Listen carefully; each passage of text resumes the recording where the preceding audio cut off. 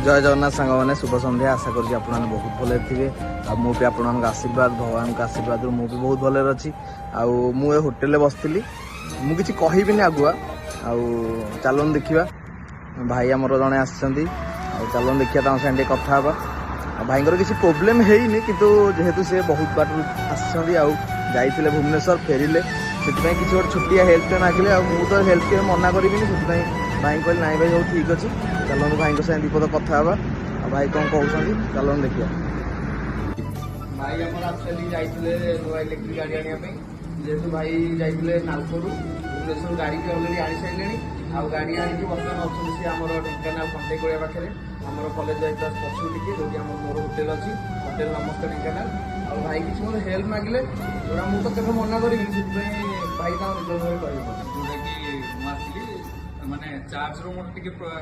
माने आउ बाटर कोडे पाइलिनी तो भाई को पाके टिके हेल्प मागली कहली भाई टिके चार्ज करबी जोदरे कि भाई हम ही कर बट थैंक यू तो